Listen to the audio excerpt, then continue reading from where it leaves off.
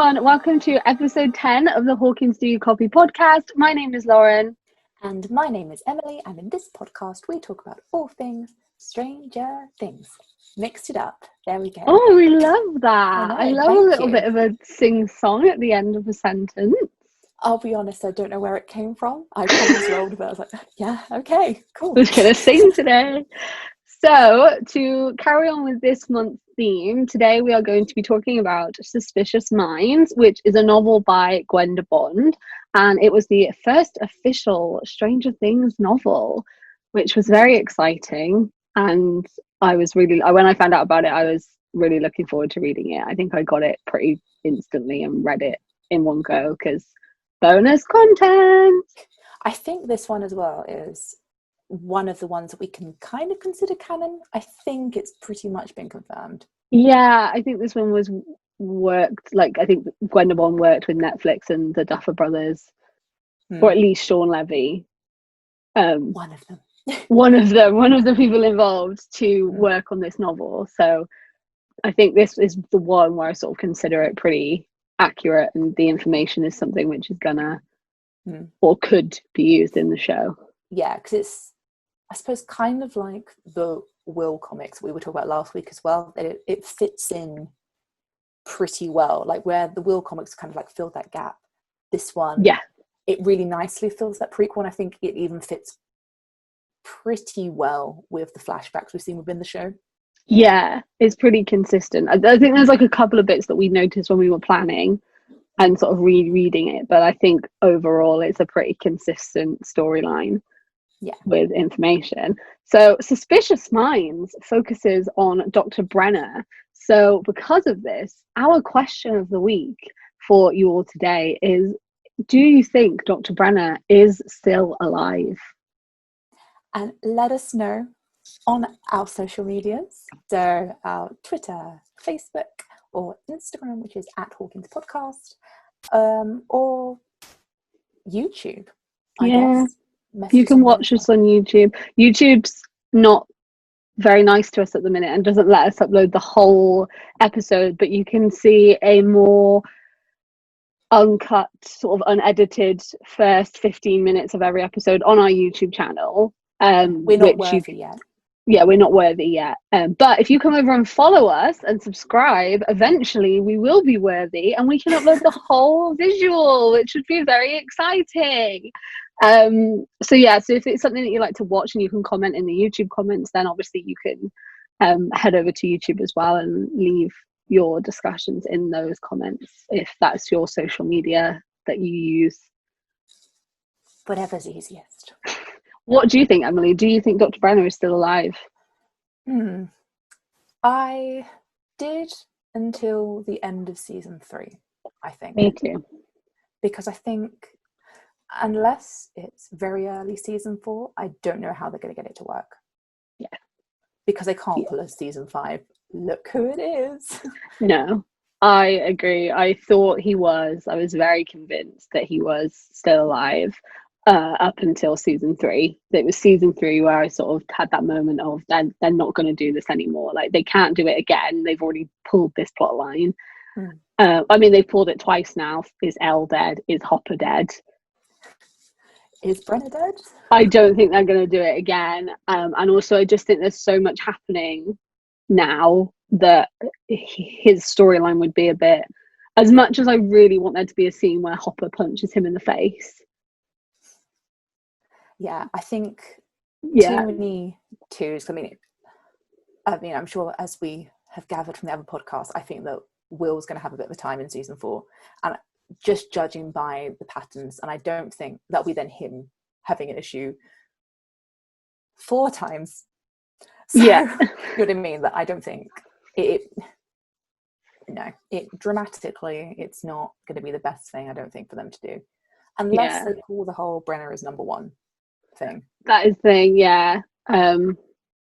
Which could be an interesting debate, that he is some kind of monster or some kind of demogorgon, or but then how do you introduce that again, you know?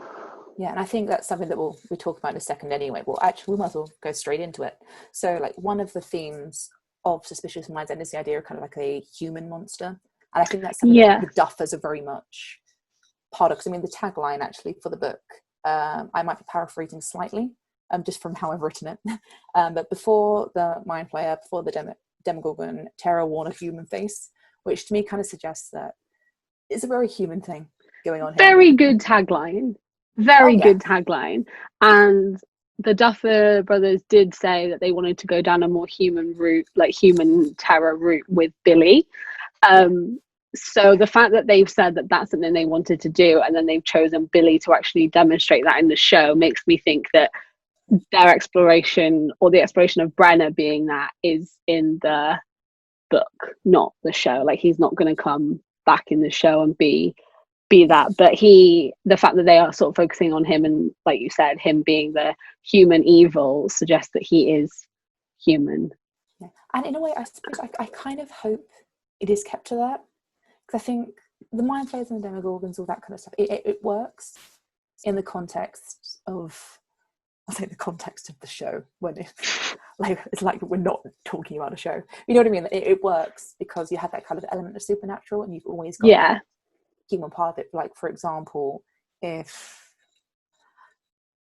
Elle suddenly turned around and was like, I'm actually not a human who has been involved in MK Ultra in some capacity, but I am in fact an alien from Mars who is taking over your world from another dimension, you'd be kind of like, oh well, I'm a bit let down because it's too much supernatural. It kind of, I don't want to say trivializes, but it sort of takes away from the fact that the people that conducted those experiments were evil. Like, MK Ultra is a real thing that really happened to people. There are survivors of MK Ultra that were affected for the rest of their lives, whether those effects be physical but also mental. And I think the mental effects have had such an impact on so many people for the rest of their lives. And then the people behind those experiments were also human beings conducting those experiments on other human beings. And that's scarier, I think, than a supernatural monster.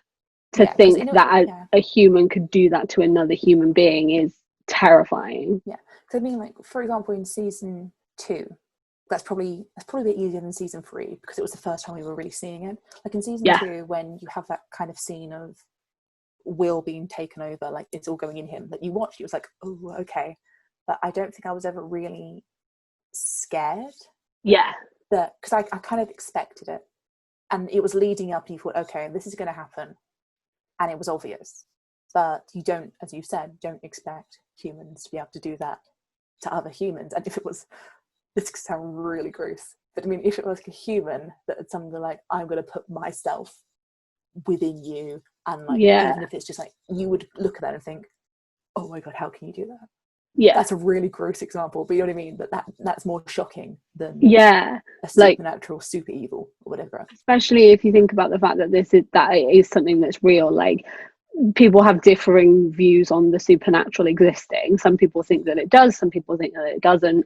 I'm not here to say one person is wrong and one person is right, but I think that you can't dispute the idea that obviously other human beings exist, and so then to know that you could do that to a child, to know that there is a grown human man that has been putting children in such awful positions and experiments, and doing, like, taking children away from their families and doing all of these, because this happened. Like, this actually happened, not to the extent where there was a girl called 11 who had superpowers, obviously, you know, but well, from what we know, but like, unless Montauk was actually real. Unless Montauk was real, but that's the thing, that you think, well, children were taken, and there were experiments on people that should not have ever happened, and that was the government doing that. That's the government, that's like someone in power, that's an official person who you think you can trust. You know, you think you can trust the government, you think you can trust people in authority, but you can't, like, because they do stuff like this and then try and keep it a secret for years. So please don't come for me, the US government, that what you did was wrong. I think it's safe to say that that's a major theme within the book, the human monster. There is a huge theme, and one thing that's really interesting is, so the book is actually set in the Hawkins lab, or in the Hawkins general area, but a lot of the book is obviously set in the lab because it focuses on what Brenner is doing. And it's set in 1969, and the MK Ultra experiments started in 1953, but they started to be reduced in 1964 and then reduced again in 1967. And then it was 1973 when they were officially halted. So it's really interesting to me that this is set in 1969, which is when so many of the experiments had been reduced and it was almost completely finished, or completely halted and shut down. And that this lab is in a small town.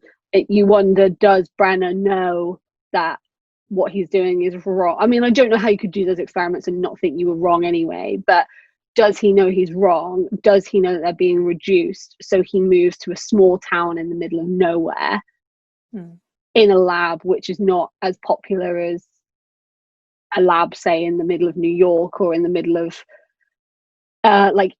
Indiana, like a bigger state in Indiana. I know Hawkins isn't a real place, but like a bigger state in Indiana. He moves to a very small town with not a very big population where everyone knows everyone, but sets up the lab there because no one's going to be thinking that a small town could have something like this in it. No. I'd be very interested to know actually then if I don't know if it's actually ever said in the show if Montauk actually exists as a thing. As a place? Does Montauk exist in the show? No, it's never said, is it? No. So I mean, it could be a thing then they're kind of going, let's make this our Montauk or whatever. But it just seems I'll be very interested to know if it is something that operates alongside that then. Because to me, and even though obviously in our previous podcast we spoke about MK Ultra and not Montauk and how that worked. But to me, what's going on in like the Hawkins area seems more related to MK Ultra than the Montauk experiment. So that's why I'll be interested to know then if on the other side, because even though they use kids in Montauk, it was more, they didn't use adults at all, really. I think it was mainly focusing on the kids. Yes. Yeah. But obviously, as well, they stopped in 1973, but Elle is still having experiments done to her in 1983, so he's carrying on with these experiments 10 years after they were supposed to have been stopped. And I think he actually was in Montauk as well, wasn't it? That seemed to carry on into the 80s as well. And it was only really, people think they're still going on, but that's besides the point. People say that MK Ultra continued way after they officially stopped them, and they just never officially said they were happening. You saying about children, though, is interesting because Terry Ives, who is Elle's mum, she is a main character in this book. So this is actually how she got involved with the lab and how everything happened to her. This book focuses on her a lot. And she snoops in the lab at one point because she's on to Dr. Brenner and she knows that what he's doing is not okay. And she actually finds a project folder called Project Indigo,